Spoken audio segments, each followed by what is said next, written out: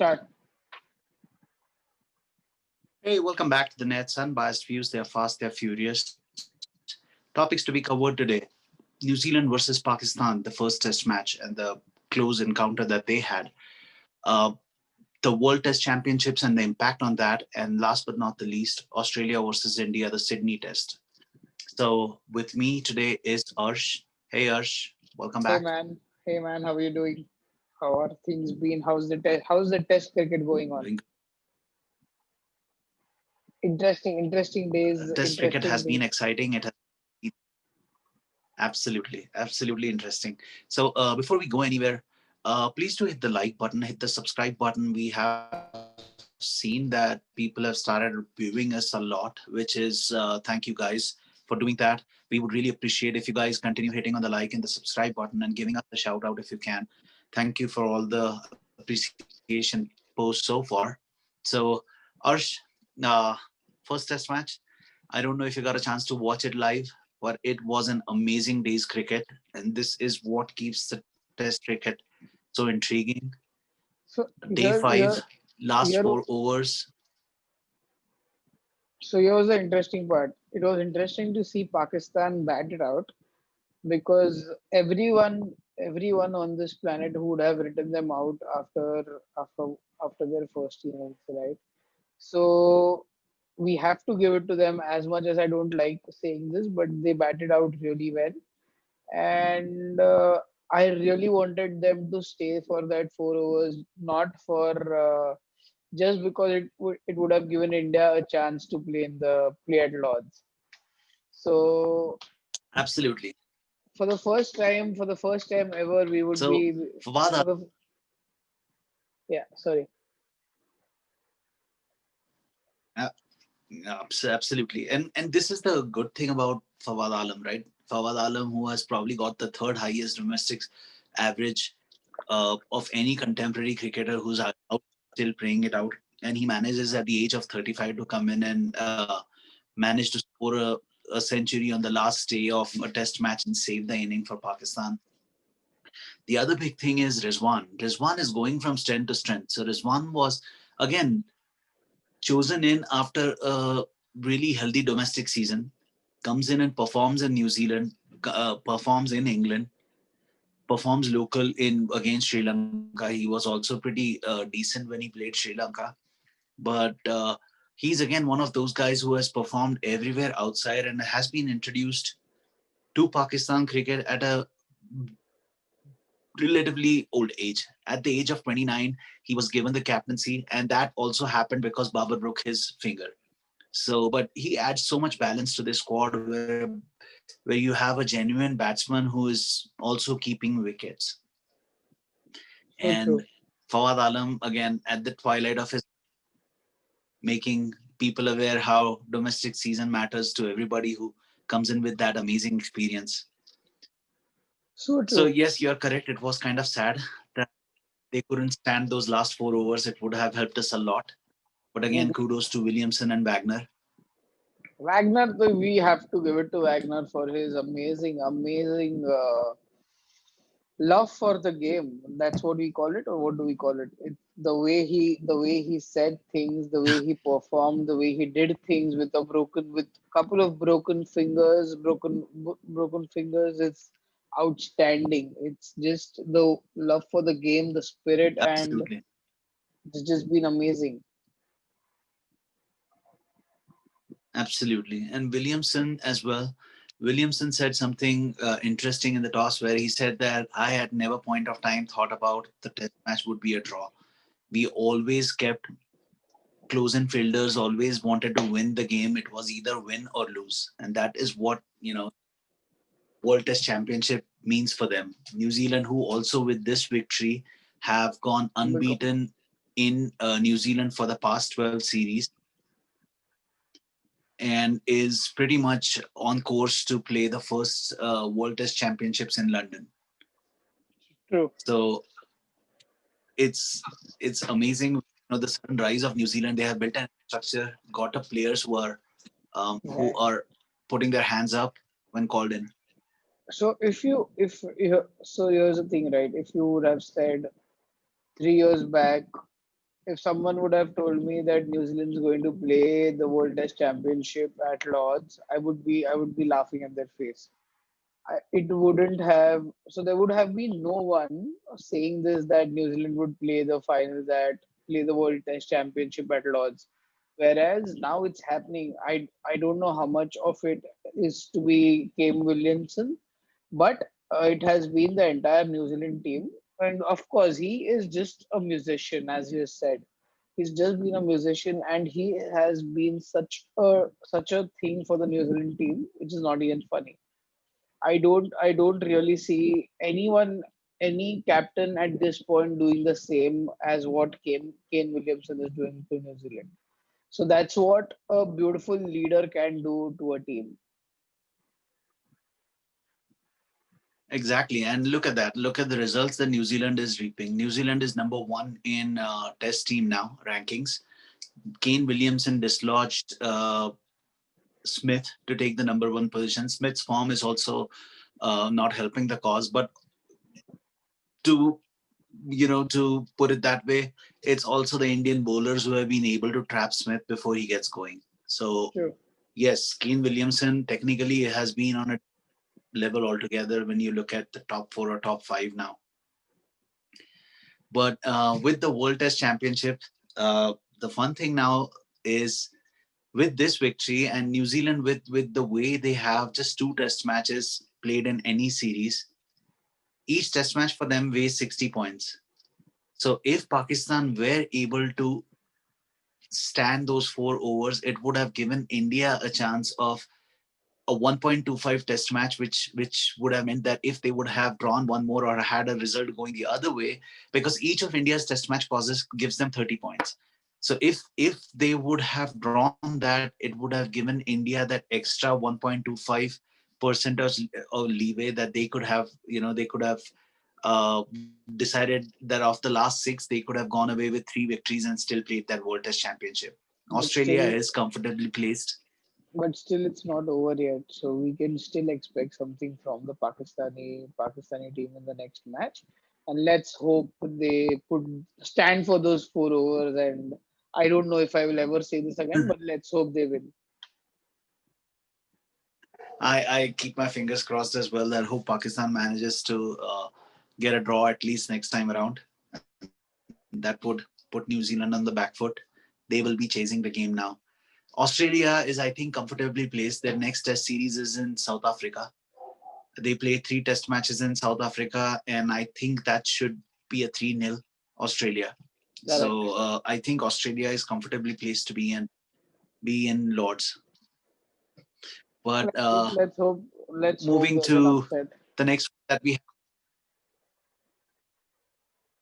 I and De Kock is the captain so far. I don't think he will be the captain when when Australia visits them.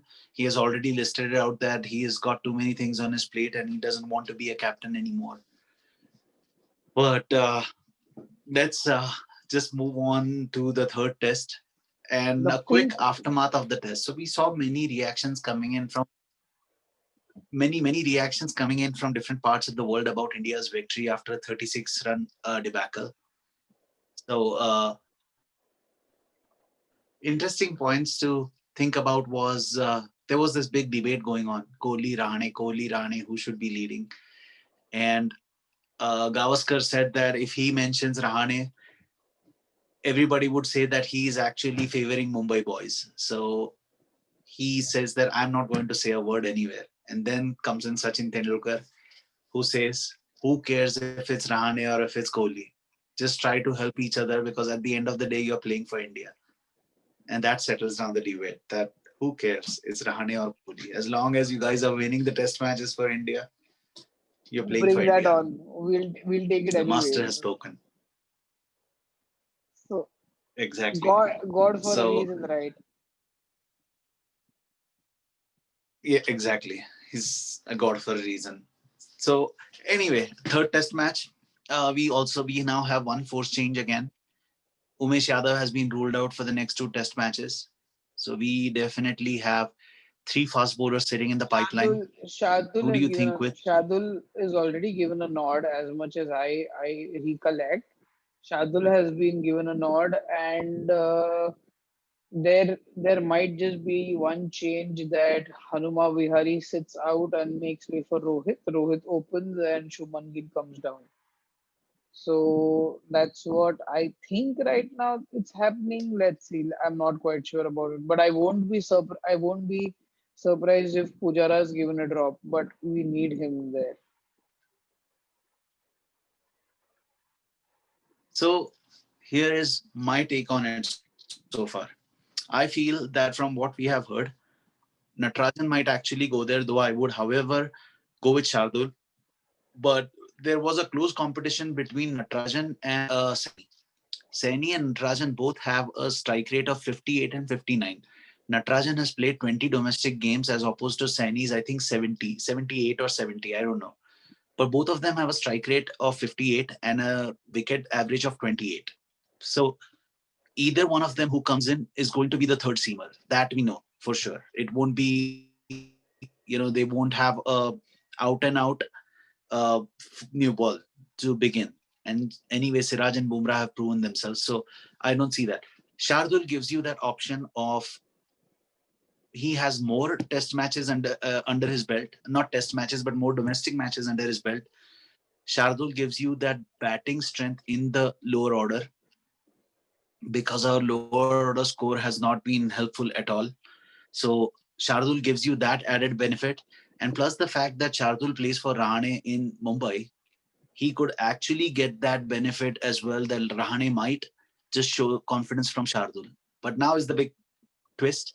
Sydney's wicket is going to turn. It's going to turn from day three, which also puts Kuldeep Yadav in the mix. So here's the thing, Considering right? Australia is coming in, yeah, go ahead. Good. Australia has already made their changes. They have dropped Joe Burns. Warner is definitely going to play. There is also a possibility that Pukowski might come in and open. He will make his debut, and Travis Head will be dropped, and Wade will be moved down the order. So they are actually strengthening their batting up, batting massively. So So yeah, wickets here's will the have to. thing. We will need wickets.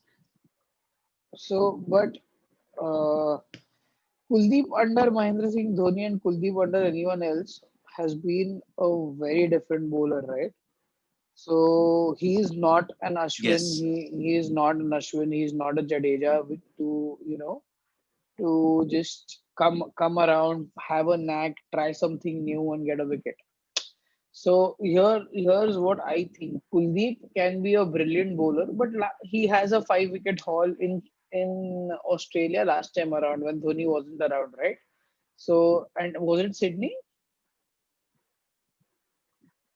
Sydney.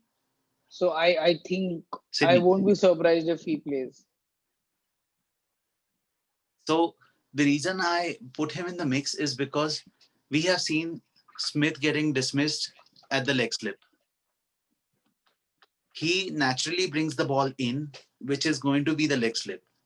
And that stock delivery of the ball going out is going to actually throw a few batsmen off the hook. Also, the fact that Wade is coming down the order now, Wade doesn't have the best record against spin. So, Wade coming down the order, you actually might be benefit by having somebody like Kuldeep Yadav coming in. So, Sydney, the pitch is going to turn, that's for sure. So we do not really know which 11 we go with. But I definitely know that there will be one force change because of Yadav. And we also might see Rohit walking into the squad. I would prefer Pujara being dropped for KL Rahul as well. But Pujara will, we all know Pujara won't be dropped. And plus the fact that Sydney will be a little bit slower than what we have seen before, Pujara might actually get some time to spend in the middle. But all three dismissals of Pujara have been the same. He has been caught in the gully. Yeah, so it's just so So they don't it's change going the to be line for him, right? interesting. The line and length is pretty much the No, similar. and It's I the ball that goes away. He just nicks one and off to gully. right. And with Pujara, what happens is he doesn't try to do anything out of his shell. He likes being a composed batsman. He's not one of those batsmen that will suddenly come in and take charge and make the batsman bowler do something different. He will always try to leave or play the ball, and it will be one of those where he doesn't really go for an aggressive shot. So even if Pujara stays there for 70 or 80 odd balls, the difference we are looking at is just 20 odd runs. We Correct. don't see a Pujara coming in and scoring 50 in 80 balls ever. It's Correct. not going to happen. And I That's feel not it will be Pujara for massively you. unfair. Yeah, and it will be massively unfair for us to say that Shubman Gill should be dropped down the order to accommodate Rohit, who hasn't had a single test match under his belt in 2020. Correct. Oh, in the last 9 months. So I would continue if Pujara is undroppable. I would rather open with Pujara and Shubman and bring Rohit down the order. So Rohit manages to get a slight bit old ball, and Hanuma Vihari can make way for. Or Mayank gets dropped for Rohit. If Mayank gets dropped for Hmm, Rohit opens with Shubman Gill, comes Pujara. So and you never know, Vihari can make way for KL. So it's right. And with Rohit, one of the biggest problems with Rohit has been with all his dismissals. He's a little bit susceptible to the ball coming in the first 5 to 7 overs. With the red ball swinging and Stark bowling as good as he is, we might actually have a walking wicket right there. But the unpredictability with Rohit is if Rohit manages to stand or see off those 10 overs or 5 or 8 overs, then you're looking at a big score and you're looking at a score at a fast rate. correct. With Rohit standing 80 balls there, you are looking at least 45 to 50. With Correct. Pujara standing 18 ball, you are 17 to 25. That's the difference. That's the difference. So, True. okay. Well, that's all that I have today. What else you got? So that's pretty much it, I guess. So yeah, before we go, please hit the like, subscribe, please do a shout out, do whatever you can to help us grow. And that's it for our end for today. Is it?